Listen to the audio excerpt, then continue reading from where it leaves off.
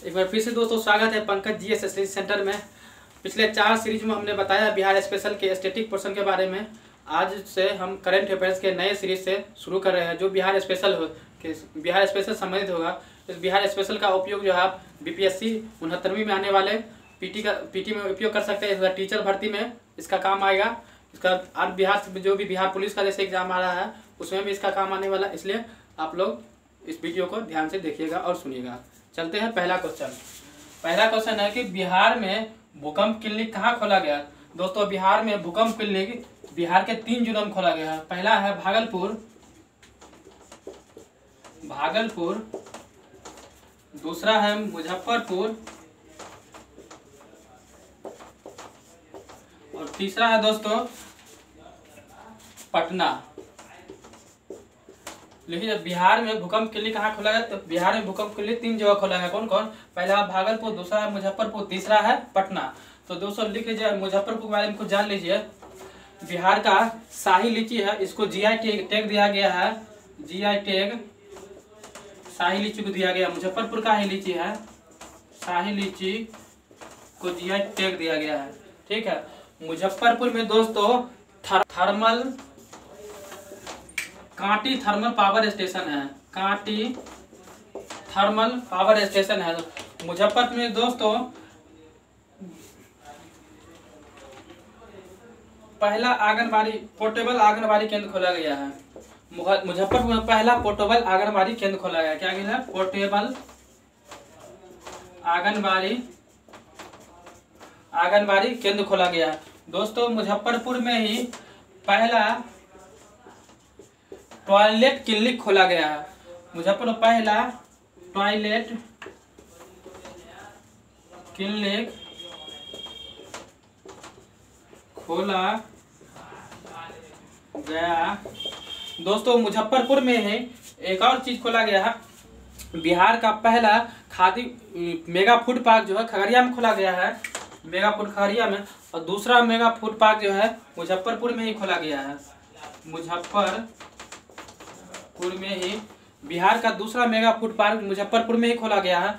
दोस्तों मुजफ्फरपुर में एक और चीज है, उसको ध्यान से लिख लीजिएगा। जैसे पटना में खादी मॉल खोला गया है, उसी तरह पटना के खादी मॉल के तौर पर मुजफ्फरपुर में खादी मॉल खोला गया है। खादी मॉल मुजफ्फरपुर में बिहार का दूसरा खोला गया है। ठीक है। इसके बाद मुजफ्फरपुर में दोस्तों मुजफ्फरपुर में देश का पहला भिखारी बैंक खोला गया है। क्या खोला गया है? देश का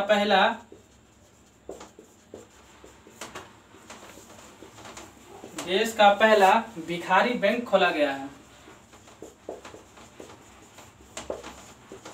भिखारी बैंक खोला गया है। दोस्तों मुजफ्फरपुर में एक और चीज है।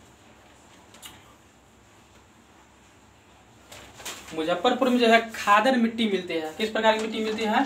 खादर मिट्टी वैसे मिट्टी है जहाँ हर साल बाढ़ आती है और नए मैदान का निर्माण होता है, नई मिट्टी का निर्माण होता है। इसे ही खादर मिट्टी या खादर मैदान कहते हैं। तो मुजफ्फरपुर में खादर मिट्टी पाई जाती है। ठीक है, इतना बात आप ध्यान दीजिए।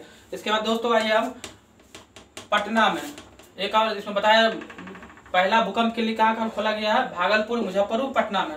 तो पटना के बारे में आप जान लेते हैं क्या क्या है। दोस्तों अब पटना के बारे में कुछ जान लीजिए। पटना में कुछ निर्माण कार्य हो रहा है, उसके बारे में। पटना में दोस्तों बापू टावर का निर्माण किया जा रहा है। क्या चीज का किया? बापू टावर का। पटना में दोस्तों बिहार का पहला ट्रैफिक पार्क का निर्माण किया जा रहा है। क्या किया जा रहा है? ट्रैफिक पार्क का निर्माण किया जा रहा है। इसके बाद देश का पहला, लिखिए, पटना में दोस्तों देश का पहला शिल्प कला म्यूजियम का देश का पहला शिल्प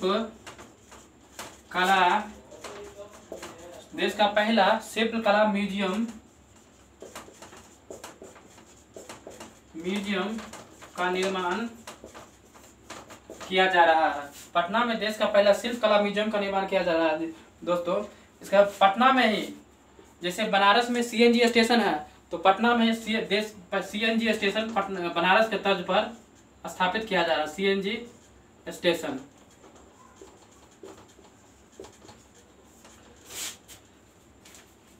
इसके पटना में दोस्तों बच्चों के लिए भारत का पहला कैंसर अस्पताल खोला गया है।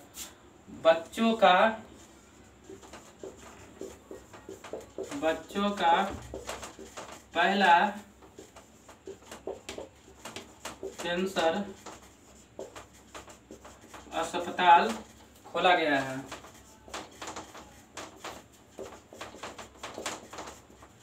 इतना जानकारी आप पटना के बारे में देख लीजिए, मुजफ्फरपुर के बारे में बता दिए। फिर आगे अगला क्वेश्चन में चलते हैं।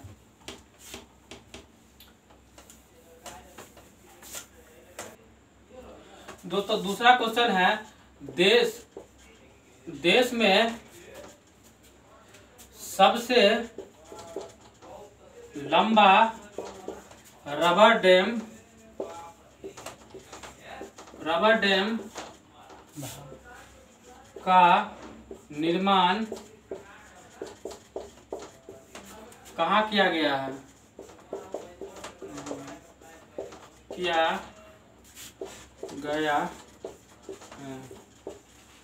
दोस्तों इसका आंसर होगा गया। गया में देश का सबसे लंबा रबर डैम का निर्माण किया गया है।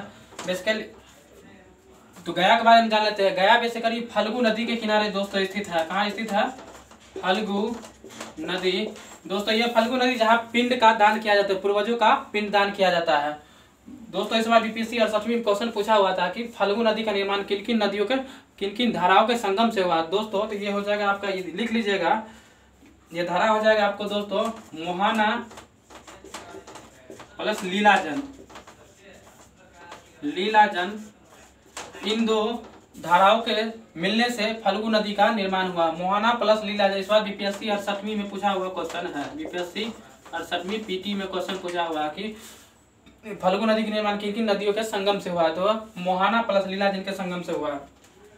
दोस्तों गया में ही लैंड बैंक का निर्माण किया जा रहा है। क्या किया है? भूमि बैंक जिसको बोलते हैं, भूमि बैंक।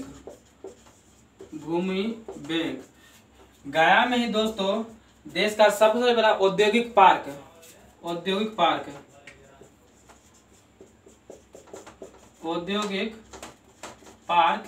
गया के डोभी नामक स्थान पर किया जा रहा है। कहाँ? गया के डोभी नामक स्थान पर। गया में दोस्तों एक और चीज है, बिहार का पहला नगर वन का निर्माण जो है गया में ही ब्रह्मयोनी पर्वत किया जा रहा है। कहाँ किया जा रहा है? नगर वन।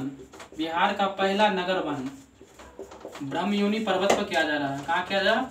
ब्रह्मयोनी पर्वत। ये ब्रह्मयोनी पर्वत 7वीं बीपीएससी में पूछा था कि ब्रह्मयोनी पर्वत जो है बिहार के किस जिला में है, तो दोस्तों याद रखिएगा बिहार के गया जिला में ये ब्रह्मयोनी पर्वत है। बिहार का पहला नगर वन का निर्माण किया जा रहा है। ठीक है।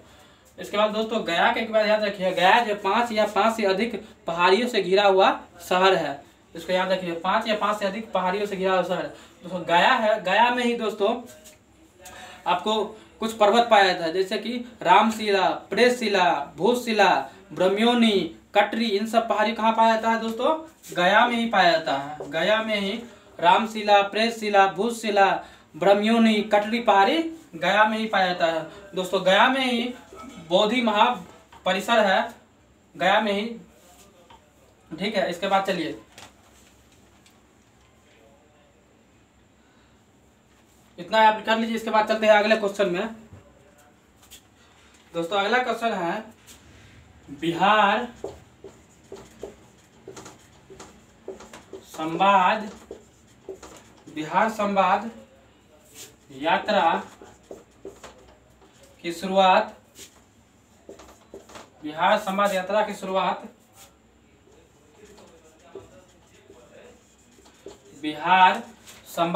शुरुआत जल पुरुष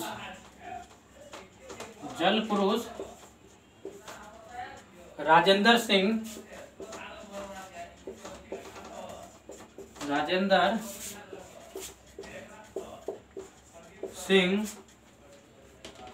ने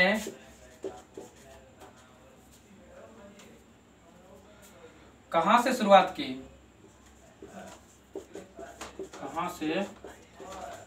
की?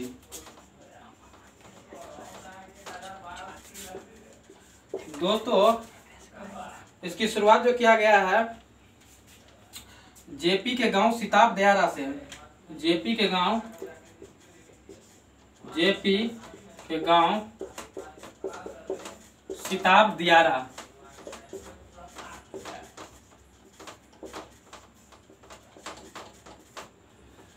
ठीक है, और नालंदा में इसको समाप्त कर दिया गया, नालंदा में समाप्त।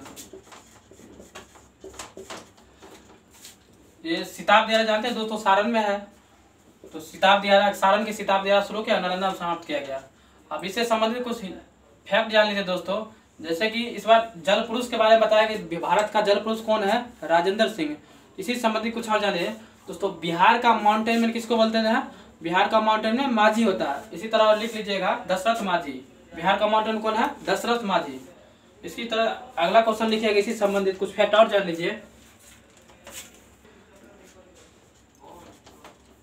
क्वेश्चन लिखिएगा दूसरा कि देश का टाइगर मैन किसे कहा जाता है दोस्तों, देश का टाइगर मैन, टाइगर मैन किसे कहा जाता है, टाइगर मैन।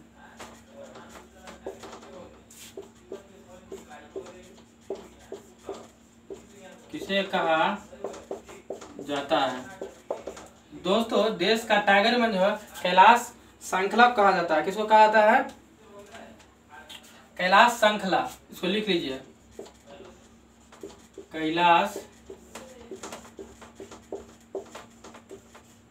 श्रृंखला। ठीक है, इसी से संबंधित एक और क्वेश्चन लिखिए कि डॉल्फिन मैन ऑफ इंडिया किसको कहा जाता है, dolphin man of India Bharat किस व्यक्ति को कहा जाता है दोस्तों, यह व्यक्ति है बिहार के ही R.K. Sinha, R.K. Sinha. Dolphin man of India R.K. Sinha कहा, जिसको रविंद्र कुमार सिन्हा जिसको बोलते हैं, इसका पूरा नाम Ravindra Kumar Sinha. Dolphin man of India, dolphin man of India. इससे संबंधित और क्वेश्चन लिखिए।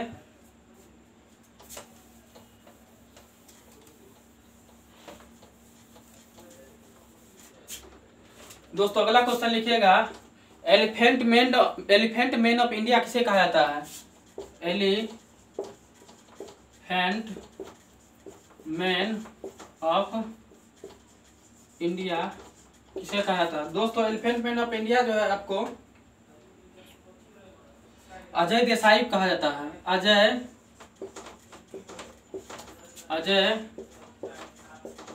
देसाई कहा जाता है।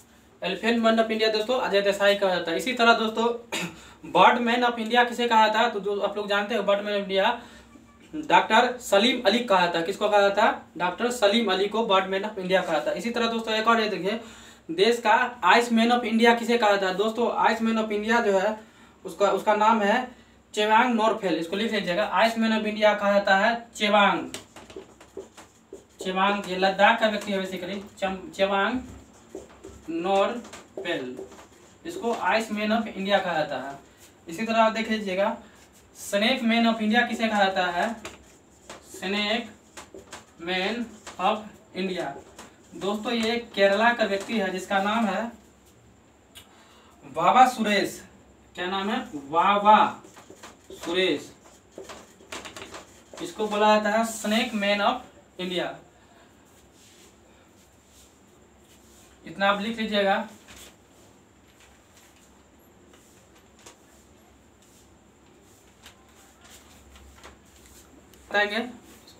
तब तक आप इस चैनल को अच्छा लगा तो सब्सक्राइब कर दीजिएगा और वीडियो को शेयर कीजिएगा। जय हिंद।